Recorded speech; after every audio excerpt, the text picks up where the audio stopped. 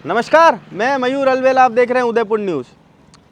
कल हमने आपको एक खबर से रूबरू करवाया जिसमें हमने बताया कि प्यादे वज़ीर बने पर वज़ीर बादशाह नहीं बन पाए, क्योंकि मसला कुछ ऐसा था, चर्चा चौराहे की थी कि अब तक जितने भी उप महापौर और उपसभापति नगर परिषद और नगर निगम में रहे हैं, वे अपना राजनीतिक भविष्य कहीं ना कहीं तलाश से नज़र आए हैं। कहीं ना कहीं बीजेपी में ये कहा जा सकता है कि बीजेपी में अगर किसी को रिटायर्ड करना हो तो उसे उप महापौर या उपसभापति की कुर्सी से नवाजा जाए। पर आज मसला कुछ अलग है।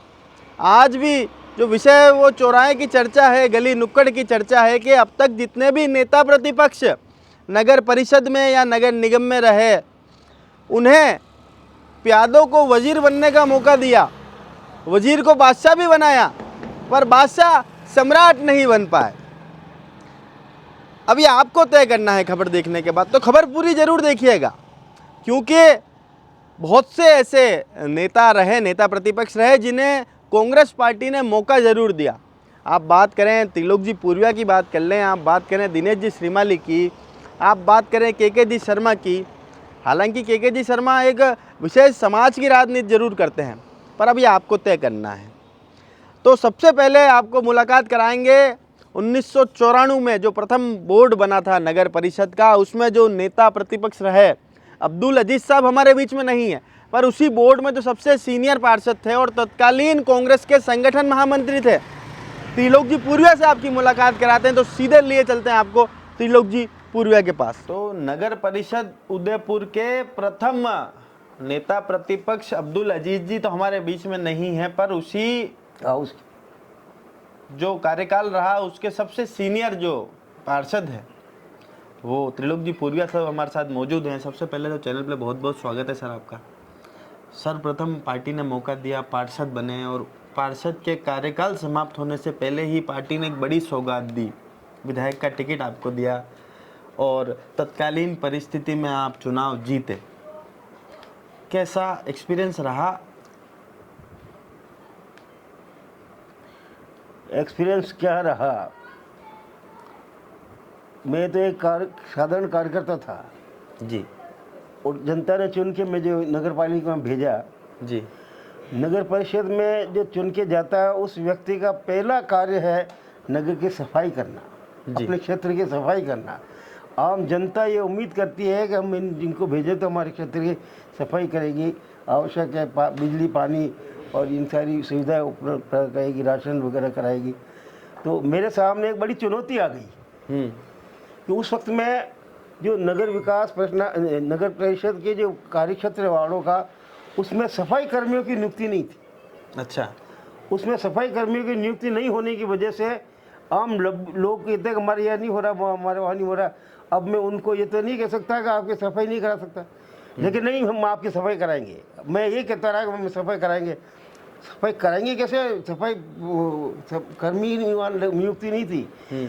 तो मैंने अपने होश हवास से हाउस में एक प्रस्ताव रखा। किरण महेश्वरी जब वो थी सभापति, तो मैंने कहा सभापति महोदय, हम सब नगर वासियों के द्वारा चुन के विभिन्न क्षेत्रों से आकर के प्रतिनिधित्व कर रहे हैं, और उस क्षेत्रों के सबसे मूल कारण गाते उनकी सफाई कैसे हो। आप जिस क्षेत्र से प्रतिनिधित्व कर रही है, मैं जिस क्षेत्र से प्रतिनिधित्व करता हूँ, दूसरे कर रहे हैं। कई ऐसी जगह हैं जहाँ सफाई कर्मी नहीं है, और राज्य सरकार से सबसे कहने के बावजूद भी हमको किसी पूर्ति नहीं की है, और इतना समय निकल गया, हमारी सबकी साथ जो है चुनौती बन गई है। तो मेरा एक सुझाव प्रस्ताव है कि हम सब मिलकर के एक ऐसी एक युक्ति बनाएं जिसकी वजह से हम सबको कर सके। वो युक्ति क्या हो सकती है? वो ये है कि एक कमेटी बनाए, एक ऐसी कमेटी बनाए जिसमें सफाई कर्मी जो ये है वो उन क्षेत्रों में वो हफ्ते में एक बार जाके सफाई करे। ऐसी स्थिति करे कि जिन क्षेत्रों में सफाई कर्मी नहीं है, वो हमारे जो सफाई कर्मी है उन्हीं में से वो एक हफ्ते में एक बार जाके सफाई करें। तो इसलिए हम ये कह सकें कि भाई हमारी सफाई कर रहे हैं। उस सफाई करने में इतनी रुचि ली कि हाउस ने सर्वसम्मत वो बरसात पारित कर दिया। ठीक और बरसात पारित होने के बाद हमने क्षेत्र में जाके लोगों को काम किए और अच्छी तरह से देखे। और उसका परिणाम ये हुआ कि मैं जहाँ से चुन के गया वो चुनाव क्षेत्र था मेरा शहरी नगर, Fatehpura, Adinath colony, polo ground, जहाँ बड़े बड़े बंगले और ऐसे लोग रहते हैं। वहाँ उनकी बुनियाद ये सफाई तो थी, वो तो हमने कराई, लेकिन इसके अलावा एक काम और बताया मुझे जी कि पूर्विया साहब हमारे राशन कार्ड जो है वो नहीं बनते हैं। और उस वक्त में राशन कार्ड में बड़ी दिक्कतें आ रही थी जी। जिसको भी भरना है वो आकर के फॉर्म लाइन में खड़े के फॉर्म ले, इतना वो करत है। तो अब मेरे वहाँ जो रहने वाले जो ऐसे व्यक्ति थे वो लाइन में खड़े होकर काम नहीं कर सकते। तो मैंने डीएसओ से बात की कि मैं वहाँ का क्षेत्र का पार्षद हूँ और राशन कार्ड की आवश्यकता केवल राशन लेने की नहीं है, इसकी आवश्यकता हर एक व्यक्ति को अपने अपने पहचान के लिए होती है।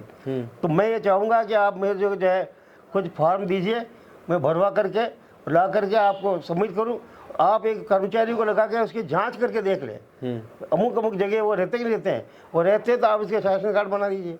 ये मेरी प्रस्ताव को उन्होंने लिया और ये क्या उसके बाद मैंने कई राशन कार्ड बनवा कर दिए, सफाई भी कराई, लोगों को मन जीते, जिसका परिणाम ही हुआ है कि मैं 98 में जो विधायक का जो मुझे टिकट मिला उसे मुझे बहुत भारी समर्थन मिला। लोगों ने सोचा कि हमारे प्रतिनिधि ये है। कई जगह तो मैंने विधायक के लिए जाके कहा कि मैं पार्टी की तरफ से आया हूँ और इसमें आपको चुनाव देकर भाई कैंडिडेट कौन है।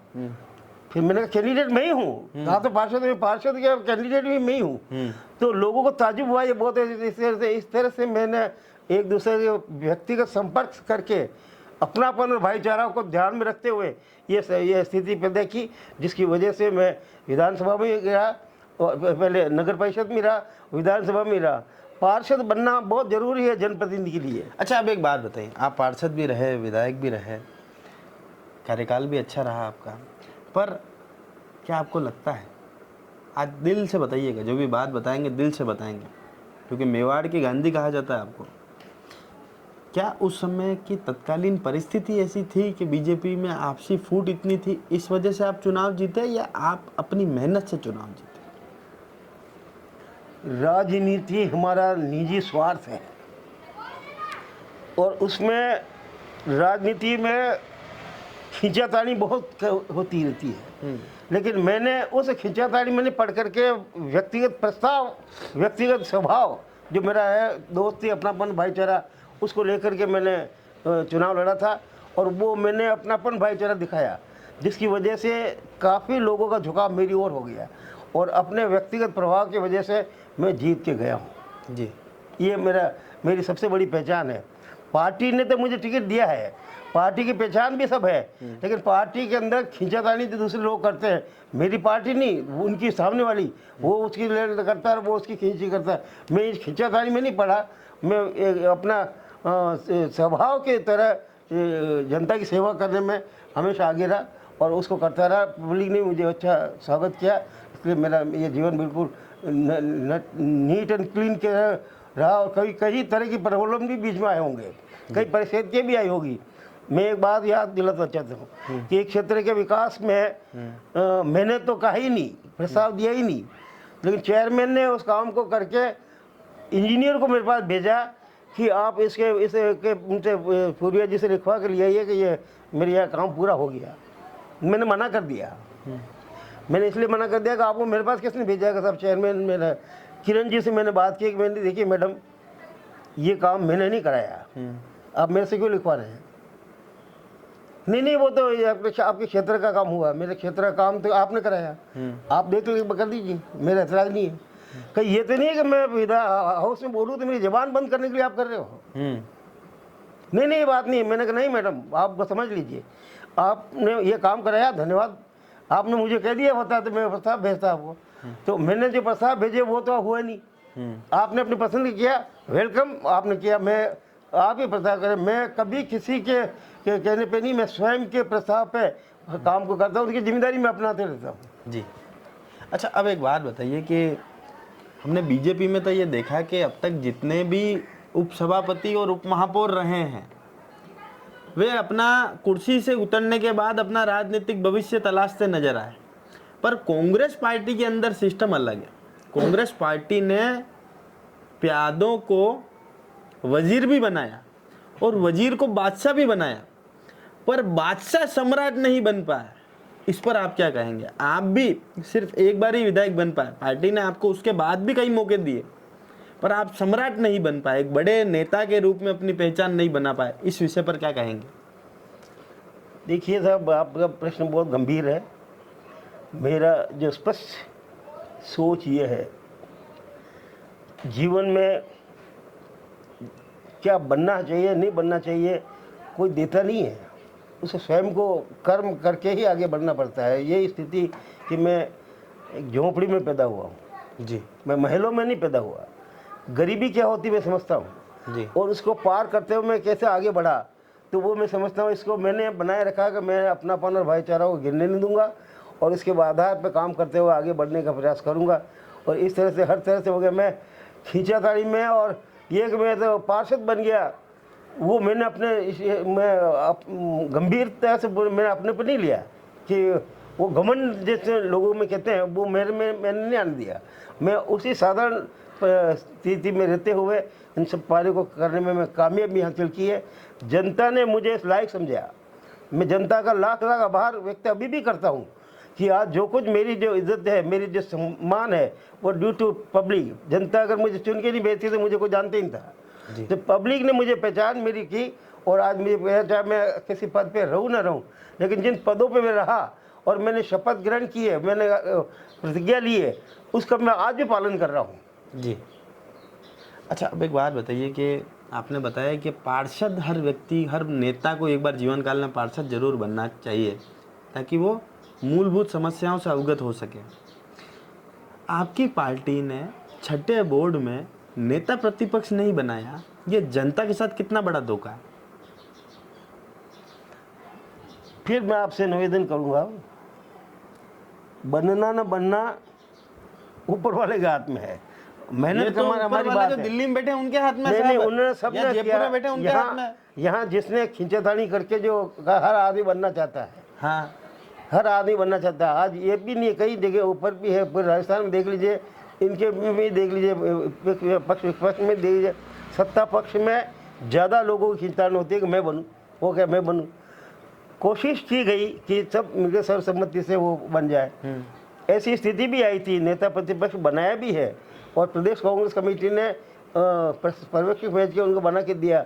उसके बाद वो लेके गए, उसके बाद वो प्रदेश अध्यक्ष बदल गए, वो परिस्थितियाँ बदल गई, डे आफ्टर डे कई तरह की स्थिति आई जिसकी वजह से नेता प्रतिपक्ष बन नहीं पाया। लेकिन इसके बावजूद भी कोई काम रुक नहीं रहा है, हर काम बराबर चल रहे हैं, कोई दिक्कत नहीं। केवल मात्र आज आपकी पार्टी विरोध करने में नाकाम है, आप विपक्ष की भूमिका अदा करने में नाकाम है। आज शहर के अंदर जिस तरह से अतिक्रमण की कार्रवाई हो रही है उसका विरोध आप नहीं कर पा रहे हैं। 272 भूखंडों पर आपकी चुप्पी है। आप किस तरह का और मतलब कहेंगे कि लोगों के काम हो रहे, क्या काम हो रहे हैं? देखिए, मेरी बात सुनिए, 100% काम करने का कोई दावा कर नहीं सकता है, लेकिन इसके बावजूद भी काम हम बराबर कर रहे हैं। किसी भी तरह की कोई कमी नहीं रही है। अब ये है कि हर आदमी चाहता है कि मैं बनूँ, वो क्या मैं बनूँ। और ये भूखंडों वाली बात है, ये जो 200 जो भूखंड है, कहाँ है 200 भूखंड में? किसने बताया? ये एक छप्पू का छोड़ दिया है और छोड़ने के बाद में आप बराबर जो कर रहे हैं ये मतलब आपकी ही पार्टी के जो पार्षद हैं उनके खिलाफ आप बोल रहे हैं? नहीं, पार्षद के खिलाफ नहीं बोल रहा हूँ, मैं नीति की बात कर रहा हूँ। मैं किसी के खिलाफ नहीं बोल रहा हूँ, समझने की जरूरत है। मैं जो कहता हूँ वो ये समझे कि विरोध नहीं कर रहा हूँ, मैं हकीकत बता रहा हूँ कि हमने कई लोगों को पार्षद रहते हुए, मैं नगर विकास प्रन्यास का मैं मेंबर भी रहा हूँ, 2-3 बार रहा हूँ। जो भी लोग आए हमने किया। कच्ची बस्तियाँ कही थी, जैसे आज सब पक्की बस्तियाँ हमारे कार्यकाल में हुई है। पट्टे हमने दिए हैं और पट्टे भी इस तरह से दिए जो बताऊँ, कलेक्टर की मौजूदगी में हमने सर्वे कराया और मकानों पे नंबर डाले, सूचियाँ बनाई, मजमे आम करके उसमें नाम बोले, इनमें से यदि कोई रह गया तो बता दीजिए। पब्लिक को साथ लेके काम किया। कौन कहता है हमने काम नहीं किया? हमने तो काम किए। अब जो स्थिति सामने आई, काम करने की कैपेसिटी जिनमें नहीं है, उनसे मैं किसी नाम नहीं ले रहा हूँ, वो ये कर नहीं पा रहे हैं, लेकिन इसके बावजूद भी पार्टी की तरफ से उनको बराबर तरजीह दी है, काम करने का अवसर दिया है। यदि कर नहीं सकते हैं तो वो स्थिति अलग आई, लेकिन ये जो बातें इतने इसे जांच करके देख लें, जांच करने आज हमारे पास तो राज नहीं है। जब मैं पार्षद बना उस वक्त में भी भैरव सिंह जी मुख्यमंत्री थे, और उस वक्त में भी हमने कहा भी ये करो, अभी भी हम कह रहे हैं आप जांच करके देख लो ना, अगर 200 भूखंड है तो कहाँ है क्या है, कोई जांच भी नहीं करना चाहते हैं, न वो करने मतलब पद पे रह करके अपने दायित्व निर्वहन नहीं करना चाहते हैं। मैं वो कह रहा हूँ, नीति पे बोल रहा हूँ, मैं किसी की बुराई नहीं कर रहा हूँ। जो भी सामने है आप इसे जांच करके कहिए, गलती हो तो सजा दीजिए, हिम्मत होनी चाहिए कहने की। वो न तो कोई हिम्मत करता है, काम करता है, केवल मात्र भाषण दे के चला जाता है, इससे काम नहीं चलता है। जी। अच्छा, अब एक बात बताइए कि आप 1999 वर्ष था, सदी बदलने वाली थी, आप विधायक भी बने,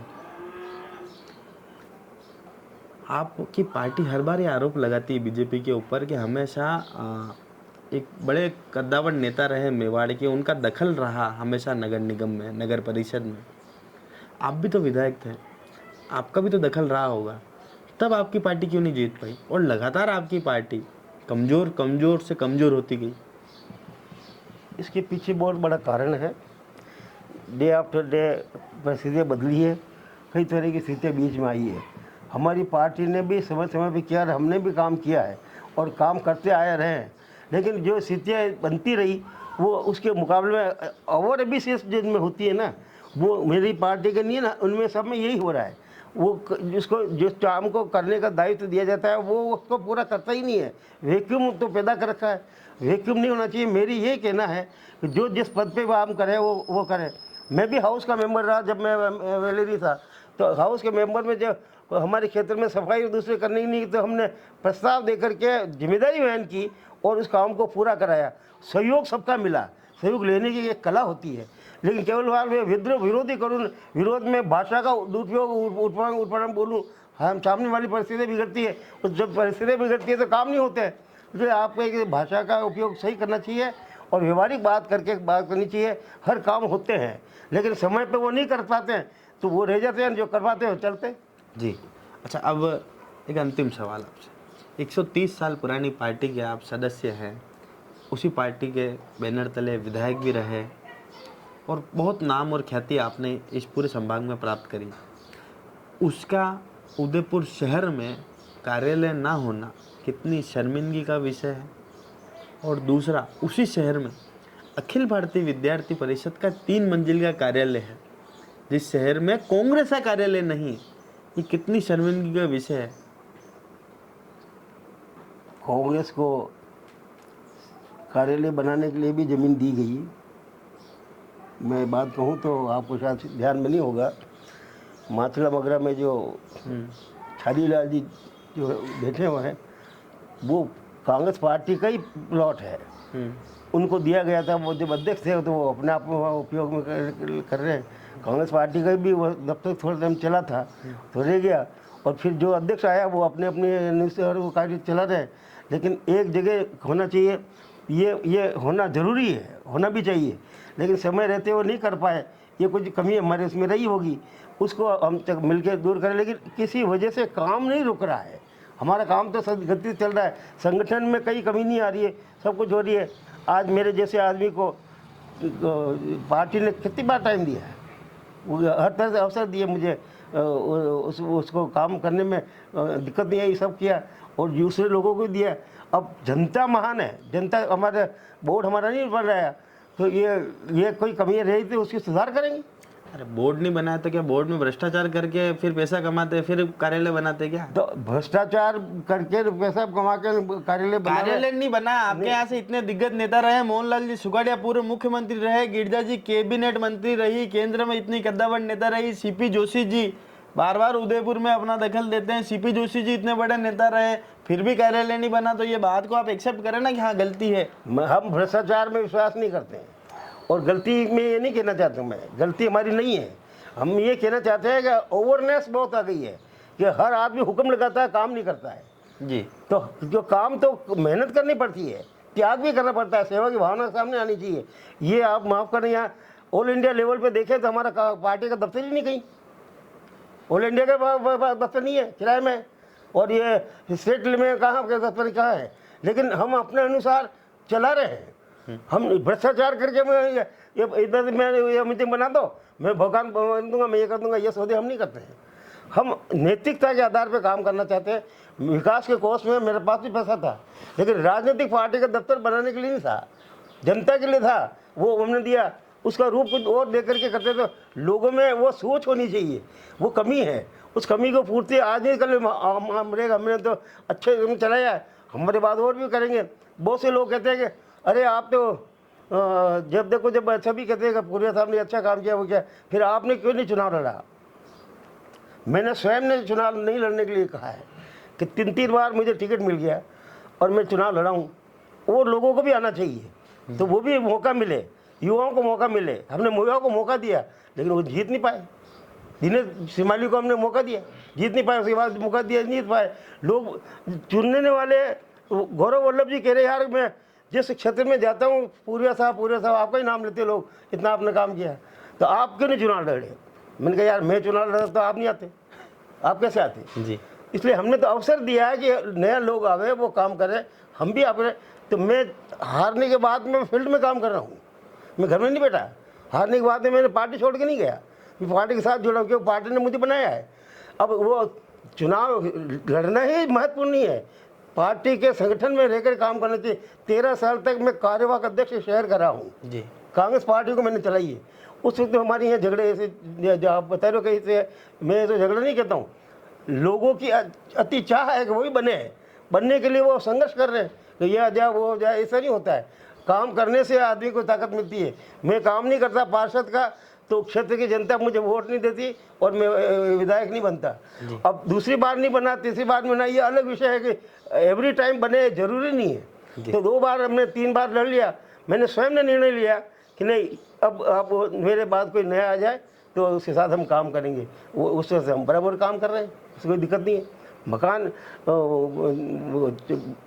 स्कूल का पार्टी का दफ्तर होना चाहिए, मैं मानता हूँ होना चाहिए, लेकिन वो बनाने में वैसी स्थितियाँ बीच में नहीं आई अनुकूल, जो नहीं कर पाए, और आई तो परिस्थितियाँ अनुकूल नहीं थी, इसलिए नहीं कर पाए। चलिए, तो त्रिलोक जी, पूर्विया साहब से हमारी विशेष मुलाकात थी। हालांकि नेता प्रतिपक्ष ये नहीं रहे, ये उस पार्टी में सीनियर पार्षद जरूर रहे उस कार्यकाल में, पर अब्दुल अजीज साहब हमारे बीच में मौजूद नहीं है।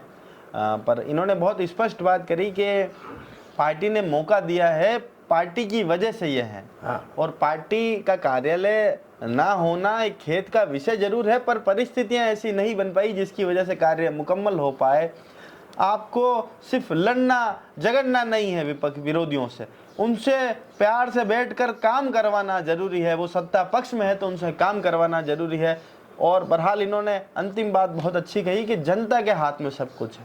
जनता चाहेगी जिसे राजा बना सकती, जनता चाहे जिसे रंग बना सकती है। तो जनता के फैसले को सर्वोपरि इन्होंने माना है और चुनाव की हार पर भी इन्होंने स्पष्टीकरण दिया कि युवाओं को तरहीज देने के लिए इन्होंने वो पद छोड़ा है।